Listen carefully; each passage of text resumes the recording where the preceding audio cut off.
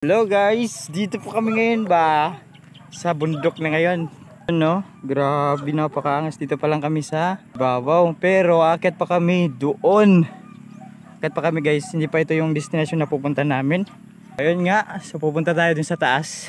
Ito pala yung kasama ko ba, kumakain ng apple. Grabe talaga. Ito yung mga ginagawa namin minsan. Aakyat kami dito sa taas ba.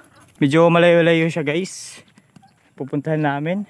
Mag-standby lang kami sa taas. Yun guys, so tingnan nyo nga naman dun sa ano, sa taas, dun sa malayo.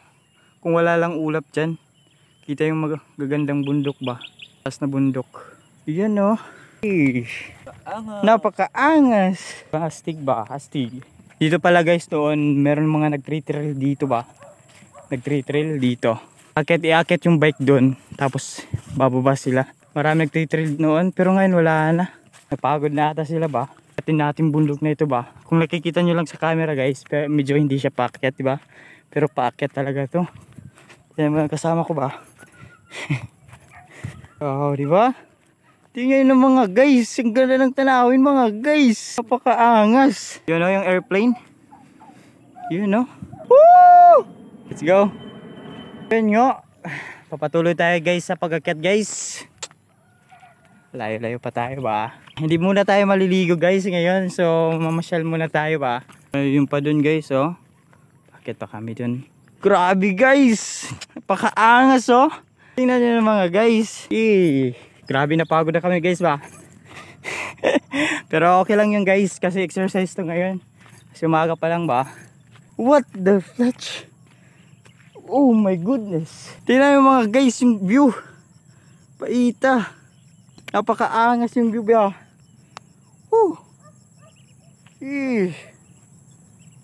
Guys, papatuloy na tayong makyat guys. Grabe yung pakaangas ba yung mga inakyatan namin ba. So dito na pala yung final destination po namin. So makikita nyo po yung likod dito. Yun guys, kikita nyo po yung likod dito kung ano yung meron dito sa likod. Oh guys, tingnan nyo, maraming mga pumunta din dito. May mga snacks ng basura din nila nililigpit.